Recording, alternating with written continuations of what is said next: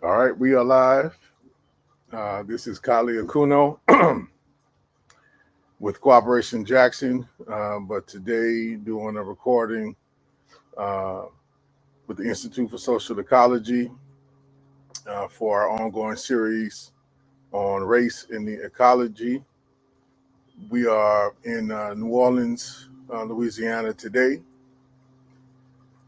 Today is Friday, August 29th, 2025. It is the 20th. I don't like that word commemoration, but it's the 20th observance of Hurricane Katrina and the prelude to the Great Flood, which struck on the 30th of August 2025. And we have with us today Endesha Juakali. Uh, we are in the Seventh Ward. This is his home. We're right around the corner from what used to be the Saint Bernard projects and the Fight Back Center. We were initially going to try to do this interview over there so everybody could get a preview of their land, and then the latter part of this talk about what their project is as ongoing resistance and a vision, our own vision for the new Orleans. We're going to talk about how the new New Orleans that now exists is the fulfillment of the threat that was issued in the Times-Picayune that New Orleans was going to become smaller, whiter, and more affluent, which fundamentally, basically, they've accomplished to this point. But all is not over. So we're going to get into a couple of different things with Endesha today, and I'll start off, Endesha. You know, I told you I wanted to do this with you and for you to do some interviews with the Black Agenda Report. Uh, but I've been reluctant to do some of this or to push it because I know I would say for me, now I wasn't here 20 years ago on this day. I was in Oakland at the time, about to make a move initially to Jackson, Mississippi, but wind up coming down here in October after Hurricane Katrina and the Great Flood to try to be of some assistance um, to the a just reconstruction effort and fighting for our people to have a right to return, which both are still very much needed. But I know you said that you had some trepidations about the day, and I didn't want it to trigger you, but here we are. I'll open it up with you. What do you want to impart on to folks on this 20th observance? Well, I mean, you said it that they had the people in charge had a plan. You're talking about the white economic elite and the black political elite. They came up with a plan, and they basically instigated their plan. But the war is not over.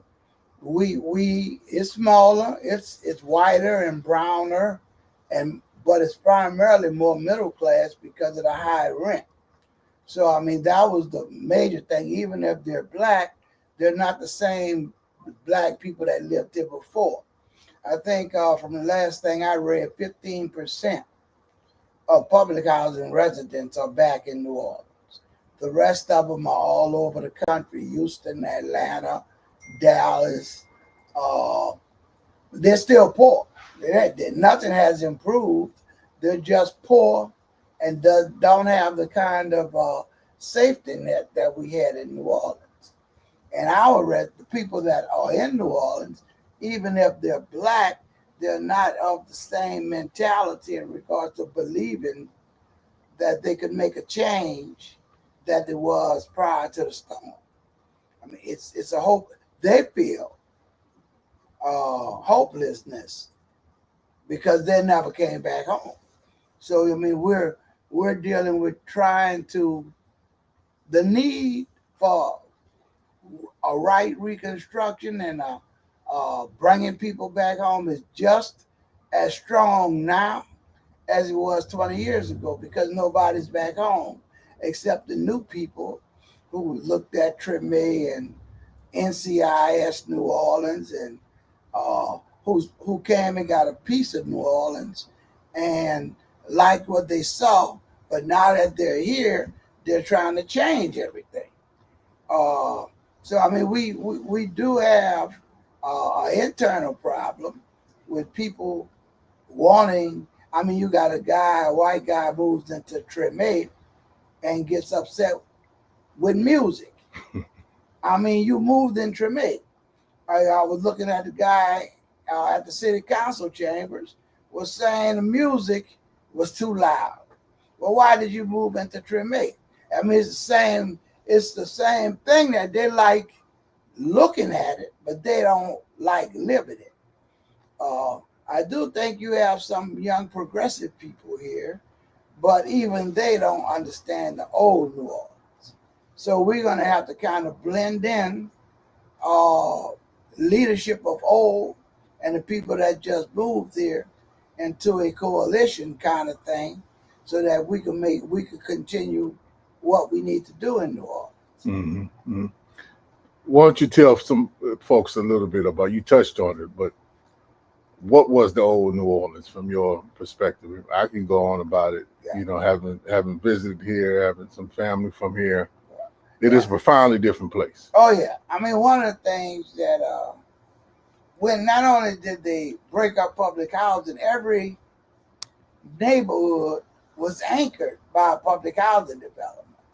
So when they broke up public housing, they really broke up the black community. Along with that, we all had neighborhood schools. The people I went to first grade with, we were together all the way to 12th grade. We had our own elementary, junior high, and senior high. So they broke up the people, then they broke up the connection. The big connection was the school, Mm-hmm. the other connection was the hospitals, and they got rid of the hospitals. They have basically broken up all the systems that that encourage people to stay close. Like I was saying, you know, when I had a best friend, and his brother, his older brother, was my brother's best friend, and his older sister was my sister's best friend, and our mamas was best friends. When I had my son, his son and my son were best friends. So you're dealing with generations of friendship. We just don't have that anymore. We barely know each other in New Orleans anymore. Mm. So I think the insular part of New Orleans that protected uh, the what would you call it? The golden social times of social connections, all that has been broken up. So even when people move to New Orleans, they don't get the kind of connections that we got when we were living here. Mm-hmm. I mean, most of the people in New Orleans moved here in the 50s and the 60s. We moved from rural areas. People planted gardens and talked about who was going to sweep out the hallways, and it was a general social colony, a good colony, because we had to work everything out with each other, and we've lost that. Well, let's name some names and institutions, because this didn't happen without some leadership, some direction and intentionality.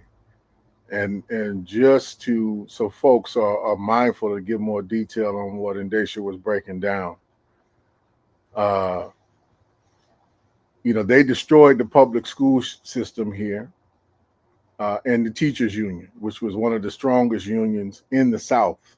And the bus drivers union. And the bus drivers union, right? They broke them up intentionally. They destroyed charity housing and other more public housing in Louisiana. Have one of the stronger kind of social safety nets in the United States, largely on the heels of what was this Huey P. Long and what he that put together in was that the 20s and 30s, right? 20s and 30s, During particularly on the heels of the Great Depression, and some of the things that he had set up. And for those of you who don't know, Huey P. Newton is named after Huey P. Long, right?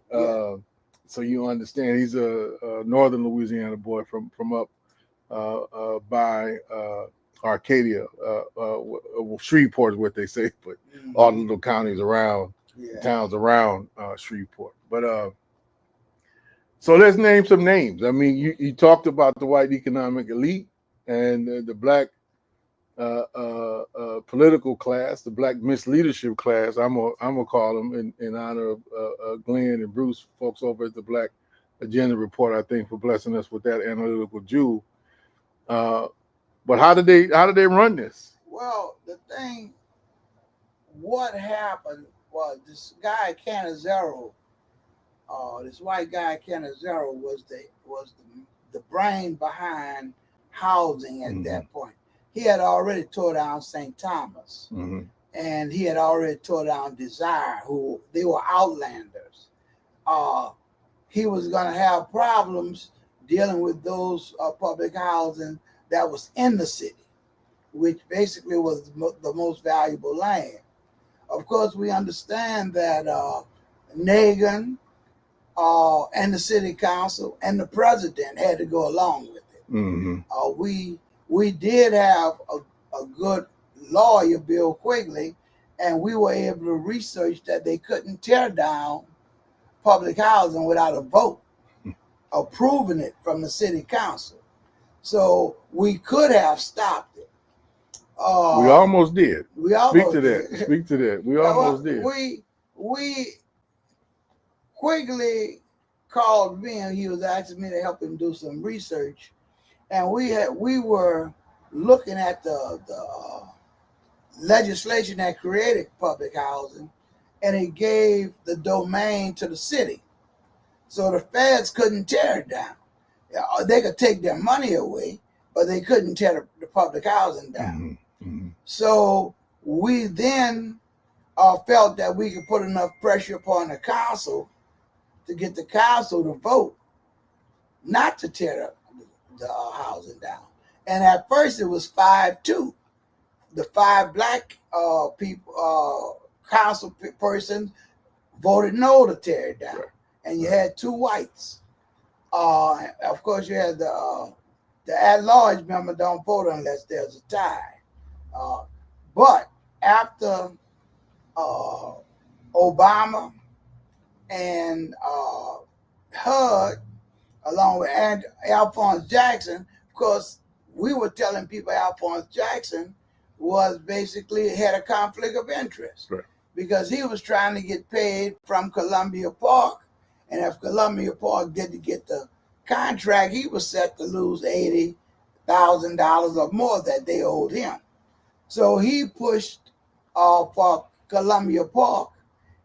He talked to the council, and they made all these different threats about money that they were going to take away. And Nagin actually became their quarterback to get the council to vote to tear down public housing. So I mean, it was basically the you have the uptown crowd, which is the rich white crowd. They made money off of housing, so they could make a lot of money off of redeveloping the whole city. If you look at all the money that was spent redeveloping, then they made tons of money.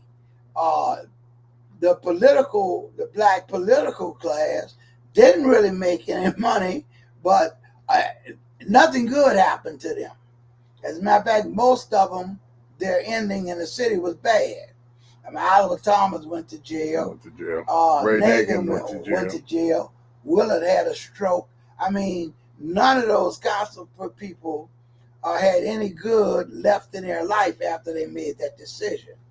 But that decision was made based upon them being able to say we did it because we want better housing, and the feds got the money, So we have to do what they tell us to do, or we won't have no housing at all.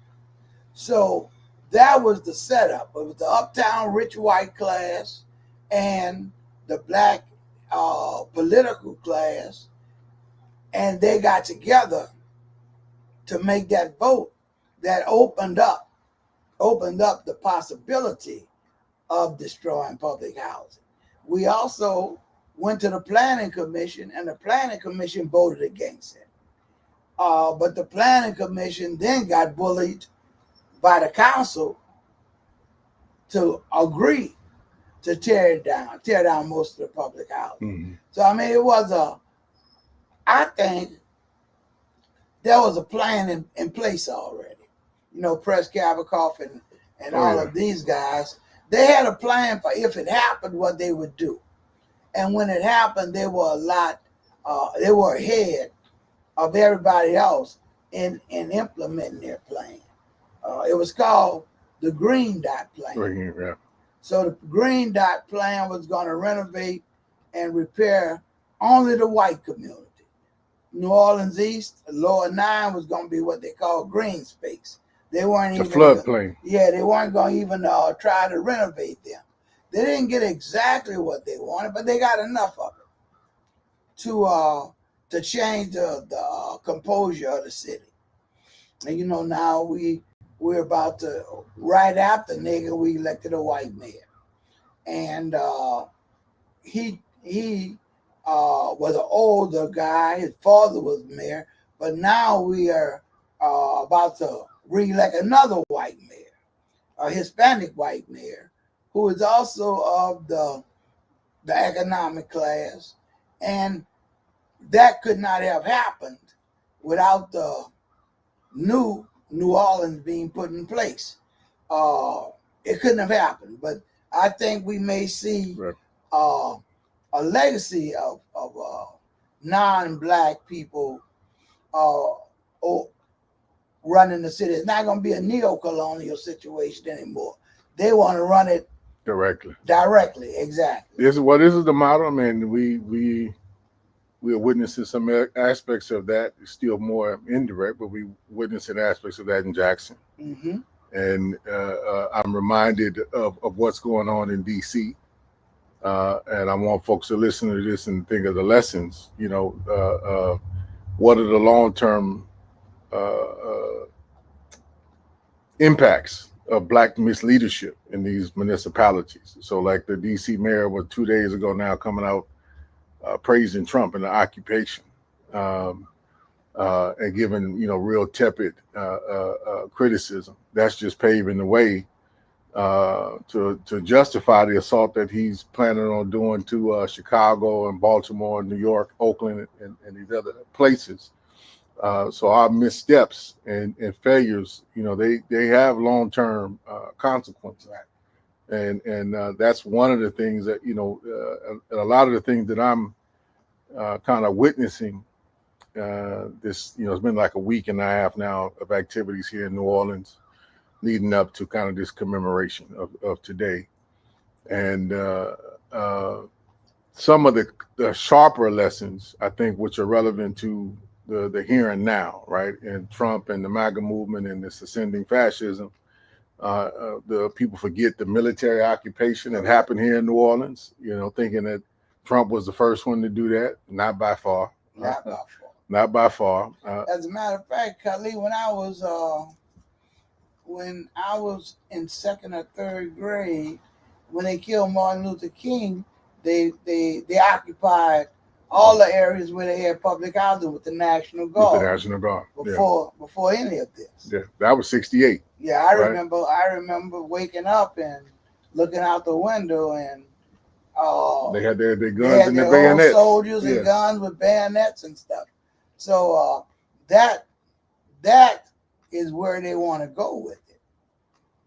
Yeah, well, that's what they heading, and remember what the folks trying to draw some lessons. What happened on account of the military occupation here, that led to, what was it, 400,000 people being forcibly evacuated here, given one-way tickets, and at least 50%, if not more, have not been able to return back to New Orleans. So it amounted in a deliberate and intentional ethnic cleansing, right? And I use that very intentionally. Definitely. You know. Well, I think that the news media focus on people being stranded and wanting to get out, but there was a very significant number of people, very significant in public housing, that weren't going anywhere. They had, we had third floors that we could go to and didn't leave. Didn't leave. Folks didn't leave. That's a part of the story, right? They put us out at the gunpoint of the gun. Yeah. That they made us leave. And I think the media never really got that. It was like they made it seem like everybody was in bad shape and ready to go. Well, that's still the dominant narrative. I mean, we're hearing for some stuff today. It's just about how poor we were, and but how we strove, and the difficulties, but no real noting in some of these who did that, why they did that. And I'm what was the name of that state senator or state legislature who said we finally cleaned out public housing? We couldn't do it, but God did. Yeah, I don't that was remember stated. His name, but he stated it right. He stated very clearly, very openly, and outlined what the plan was, and Endesha talked about. I need to go look that up. Yeah, yeah. I mean, they knew sooner. Well, everybody knew that sooner or later New Orleans was going to be underwater, because when I was in elementary school, my mama sent all of us to the swimming pool. She wanted us to know how to swim for when the city flooded, so that we would be able to get out. So, I mean, everybody felt sooner or later. Especially after Betsy. Right. So, we knew, but we didn't plan. They knew and came up with a plan. Right. And Betsy, for those who don't know, that was the hurricane. Hurricane Betsy was struck here in New Orleans in 1965. And to go even further, there were I remember doing my research when we were both working for the People's Hurricane Relief Fund, and trying to find some ways to sue the Army Corps of Engineers and the United States government to talk about, concretely some of the things that were done that people have either forgotten or want to omit. That being one of them. Going back and reading reports from 1968 that we dug up, that complained about what would happen in detail, what would happen, if there was like 100-year storm and flood. And there were complaints and reports written outlining the threat and the implications and the dangers going back to at least 1966, where folks had really outlined and basically demanded that the Army Corps of Engineers and United States government make some significant repairs. That wound up being all the way up into 2004, where they even did an exercise. They did an exercise outlining what would happen in a major flood. They being the government in this case, one of the government institutions. I think it was FEMA and Army Corps of Engineers, and a couple of did an exercise, like a computer scenario and some training of what would happen a year before. So they knew what level of catastrophe could occur, and deliberately withheld resources to ensure that, at least in our areas, in the Black working class areas, it was better to not waste resources from their perspective to fix it than to just deal with the repercussions of the reconstruction and what that would enable them to do under new terms and conditions. Exactly. Well, I think the media has always kind of made this about the levees. Mm-hmm. Levees are natural ground things. They make it from the ground up. Wasn't nothing wrong with the levees. It was the seawalls, which was man-made, that basically gave through. And they had spent billions of dollars with the Corps of Engineers to keep the seawalls up. And, they found newspaper and all kind of trash that they used in the seawalls, which made the seawalls ineffective. And again, where most people died, a barge Down the lower knocked the ninth ward. seawall Right. down in the lower ninth ward. That's where most of the people, older people and people who couldn't swim and stuff, that's where most of the people died at. And that was no, I mean, you can never tell anybody in New Orleans that that was an accident. They did that to stop the central business district From flooding. So we were dealing with corruption at every level.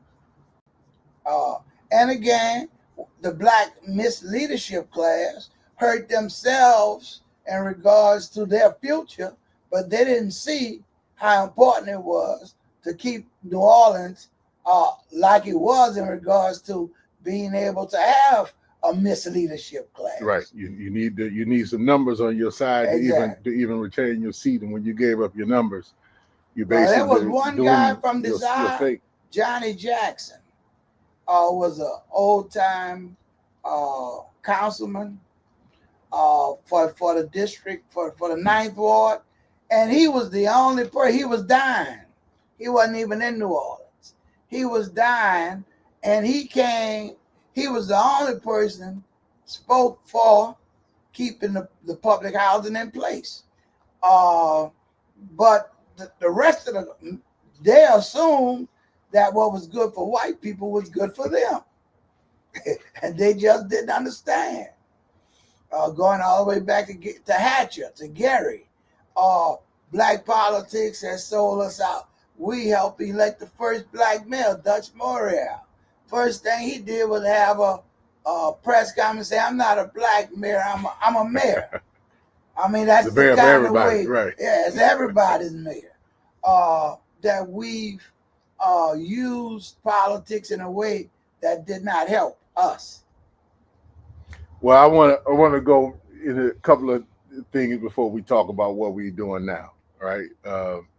Just to give, because I think it's important to put a couple of things clearly on the record, particularly for a young audience that may be looking at this. So when we talk about the city council having to take that vote, keep in mind, I think we found out about that in mid-November. Yeah. Right? Mid-November 2007. And then we had organized over in a very short period of time, kind of a national response. Folks who came down here to New Orleans, called for by the People's Hurricane Relief Fund and the Survivors Village, and Common Ground and all the different kind of a broad alliance of forces, New Orleans Workers Center, etc., that were working at that time to try to stop public housing from being destroyed. And we did some protests at all the public housing sites that were still up at that time. We went and protested and did some direct action over the HUD offices downtown, over in the CBD. And the day before, we were initially told that it was going to be a 5-2 vote. Mm-hmm. But we were still planning on going to the city council anyway to make our voice heard. Exactly. And I think it was about midnight that night. This was what, like December 19th. I have to December look at 19th. December 19th, on the 20th, December 19th, 2007. I remember we got a call from Tracy Washington, who was one of the legal team with Quigley and yourself. I remember getting a call, us being on the call about midnight as we were preparing that it was going to be a unanimous vote, that they had switched their vote, that there had been some arm twisting. It's going to be a unanimous vote against us and against the movement, and that they were planning on locking us out, which they did. They locked us out by Jackie Clarkston calling a meeting that white people was interested in right before we were supposed to come in, and they had occupied all the seats. And we couldn't get in, which led to everything else. But yeah, they definitely did not want us to even be able to say anything about what was going to happen. If we would not have been so aggressive, if we would have said, well, they don't have no seats, so we gone, then it would have seemed like there was no opposition to it. By the community being as strong and being as aggressive as it was, it ended up looking like the 1960s. Right, right. A national embarrassment. Yeah, but they still got it. But through maneuvers, and I want you to talk about, to the extent you can, some of the maneuvers, because again, these are some details to understand that are very important for folks to learn the lessons. When you look at the New Orleans, understand that it is that way, not just on account of kind of defeat and betrayal, but that were real alternatives that were put forward and proposed that were summarily rejected because they did not fulfill the script. They didn't play along the script that had been laid out to remove Black working class and poor people from the city of New Orleans. So I want you to talk about, Endesha, the plan that you had worked on and even got financial support from to make a bid on quote unquote the redevelopment of the St. Bernard projects and how that went down and the nature of it. When they were doing all of the meetings and stuff, none of the developers felt you should tear down the development. Duane from Florida, right. The Trump man from New York. They all came. Came in and said structurally sound. They were like, okay, we could just renovate them. So the housing authority did not want them renovated; they wanted them torn down.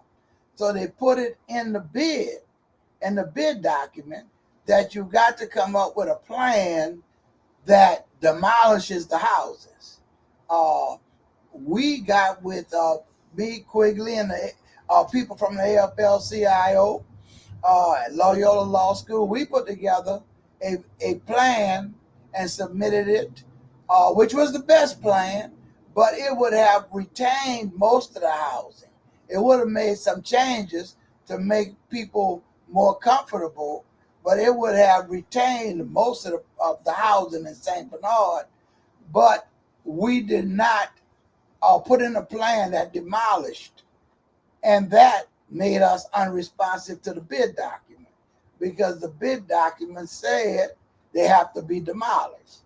So everybody else just went along with it and tore it down. Their bid would tear it down and build it from ground up, this garbage that we have here.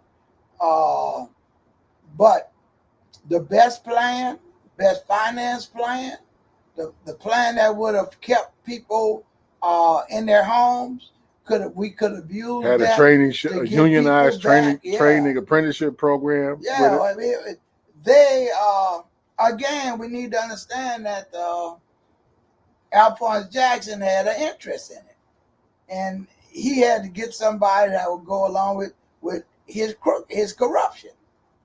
So I mean, it was a general idea that Alphonse Jackson came down and made this thing about he only wants the best people to come back to public housing.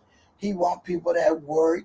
He want drug dealers. But then it was found, we had the stats, 75% of all the women worked. Right. And there were no drug dealers. All the things he said to kind of make public housing look bad did not exist. So, but the media jumped in on it and made it like, well, he wants a better place for somebody to live, whereas he was just trying to get paid.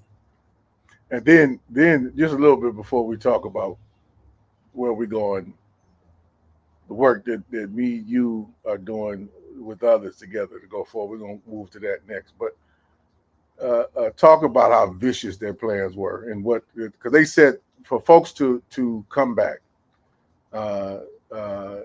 they set certain requirements on who could even apply, and when the projects that are redeveloped, and they literally If I turn the camera around, there you can see it. Let me do that just real briefly.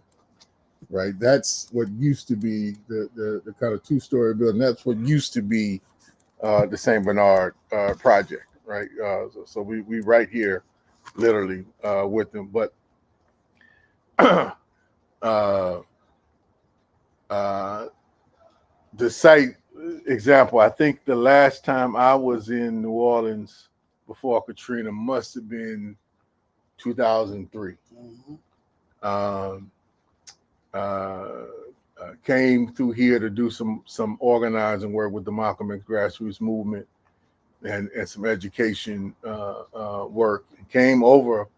I remember going to the Lafitte and the Saint Bernard projects. And if you would have been here in 2003, on August 29th, say 2003, it would have been noise everywhere. It would have been a lot of hustle and bustle. It would have been kids on bikes and just, running around. It was a lively neighborhood. It was a neighborhood. It's quiet as a mouse around here now. Well, the first thing they did was eliminate 3/4 of the people because they said only 25% was going to be built. Right. The mixed income, you only had 25% public housing, and everybody else had to be market rate. So you cut out 75% of the people right then, and then they made it where the other kind of things with your income and how many children you have, and they made it almost impossible for the residents to get in that 25% that they built. And they do have rules and regulations in Columbia Park that looks more like a prison straight up than a housing development. You can't congregate with I think more than two people. Can't stand on your porch. Can't have barbecues. Can't do anything. Any kind of social thing. So I mean, what they wanted to do and what they did by doing it in public housing, they wanted to change the character of the neighborhood. Now you can ride up and down Milton Street, which used to be the stretch when we had public housing. People everywhere. People go home in the evening time, take their shower, they bath, get dressed, and come out on Milton Street. That was the place to be. But now you can drive down there at any day, any time, and you won't even see a person. Right. So that was a part of the plan. They didn't just want to get rid of the people. They wanted to get rid of the culture of togetherness, of people enjoying themselves, of people wanting to live. I mean, something like Cuba. Mm-hmm. They always talk about Cuba, but if everybody is doing what's necessary to keep whatever happens, you might be poor as far as material things, but you're rich in regards to how much you enjoy in life. And I think people resented that. Oh, absolutely. Absolutely. All right, in a little time we got remaining, right? We thought, personally, I think it was important to do the commemoration, to tell this story, to try to transfer the lessons.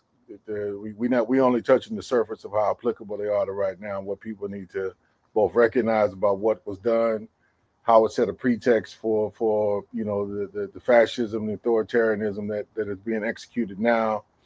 Bush and Obama expanded the power of the presidency that enabled Trump to do what he's doing. That what he just didn't make all this stuff up himself. And so it's critical to know that and to understand our enemies so that we are very clear on how we need to fight back, what their strengths, what their weaknesses are, and where we can intervene. But I say that, because we just didn't roll over and play dead, despite the many setbacks. We are continuing to organize and work. And so one of the things that Cooperation Jackson is doing is partnering with the New Day Collective and doing is the redevelopment of the Fight Back Center. And even though it's kind of taken some years, we are making some steady progress. In fact, we just did a hearing kind of a mandatory hearing that we had to do in the community to document it, to see what level of support and what more importantly, what level of opposition to our plans might be registered. We did that on Monday, this past Monday, the 25th. And that went well. And so now we're going to work on, hopefully in the course of the next year, if not sooner, doing a redevelopment of that site. So I want you to speak, Endesha, on what's the vision. Yeah, well, I think people have always heard it only takes one spark to cause a wildfire. I think in New Orleans, we've lost so much and been beaten down so much. Even though we fought back, we haven't been able to come up with anything that could inspire people. I think the worker-owned park, what would you call it? The marketplace, the worker-owned marketplace. We plan to do out of from loading containers. I think that would show the people that there's another way.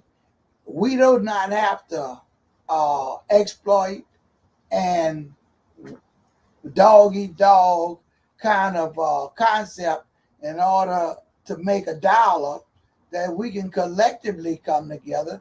You can use those principles that folk used to talk about with Kwanzaa, which by the way was not created in America. Those are African principles of collective work and responsibility,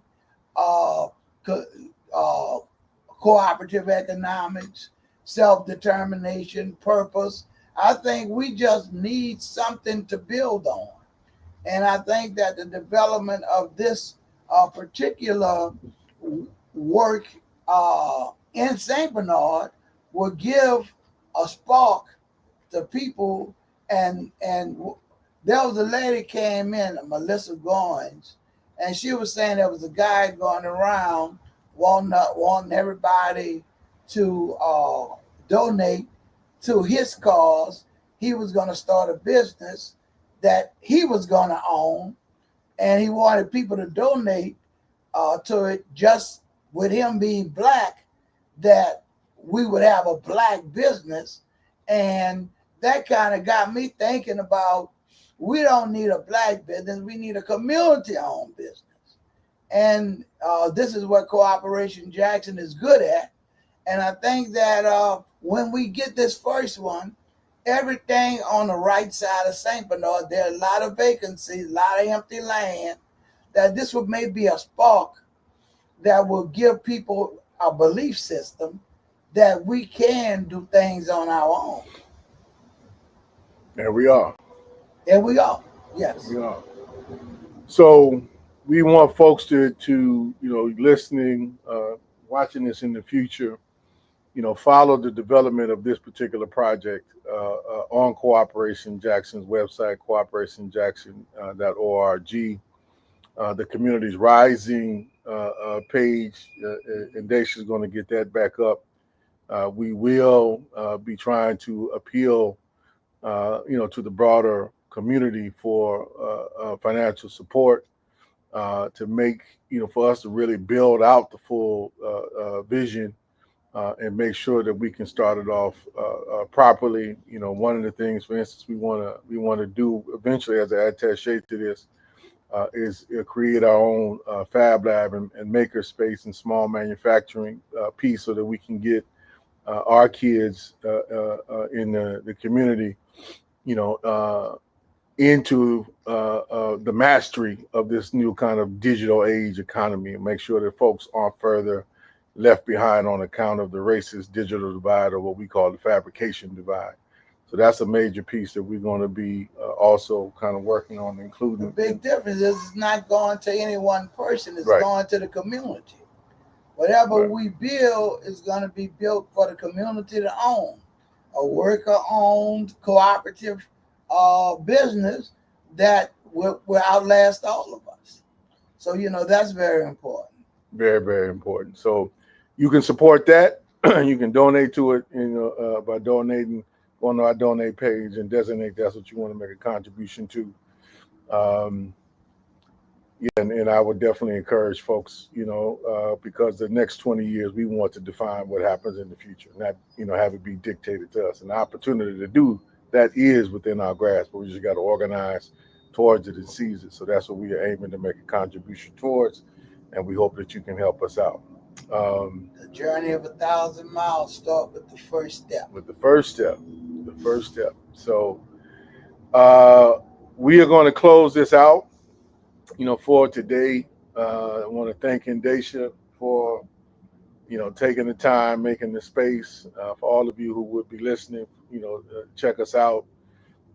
Do continue to like and subscribe to all of the different linked channels. If you haven't and you're watching this for the first time, make sure that you like and subscribe this video and subscribe to the Institute of Social Ecology's ongoing series. Follow this and other pieces that the Institute is doing, the trainings that it's doing in the political education. Definitely be a part of that. You can follow some more of our work, that being Cooperation Jackson at the Jackson Rising YouTube page. Also, our social media. You can follow us on X or Twitter at Cooperation JXN. Also at Instagram there. Look for our Build and Fight series at the Jackson Rising, YouTube page, but also on Black Liberation Media, where this is also being spread. And you can also find us at Democracy at Work, and some of the work that Rick Wolf is doing and helping to promote this as we kind of trying to build out genuine, revolutionary media communications infrastructure to spread the word, do some education, stay informed. So definitely stay tuned to all of those. One critical thing I want to note, get people prepared for, we are going to be doing a series, a particular series that is highlighting what type of education and preparation work needs to take place to get people prepared to confront these occupations that Trump and the MAGA movement are planning on doing. So we're going to be doing an interview with some comrades from the northern part of Ireland who are still dealing with the ongoing occupation of their homeland up there, and what does it take to, how do they organize in the midst of that kind of military long-term occupation? What are the lessons learned? What are the techniques? So that's going to be probably the last week in September. So be on the lookout for that. That'll be on Jackson Rising and Black Liberation Media as we do that as kind of the home base. And we're going to be talking to folks with similar experience all around the world, from Barcelona to folks in the Congo, folks in Argentina and Brazil, who have to deal with these dictatorships, these right-wing movements, and how they came out the other end and what it took to get there. So be on the lookout for that, and check me out Tuesday, September 2nd for, was it the 8th installment of the Build and Fight Formula Series. I was going to be on how to organize basic people's assemblies and planning councils as part of that.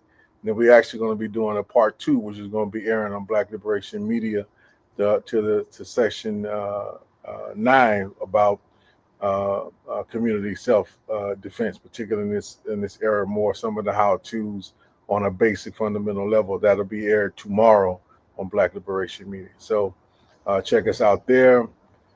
This is Kali Akuno with Endesha signing off. Later. All right, brother, I'm about to get back to Jackson because I don't want to be driving. Yeah.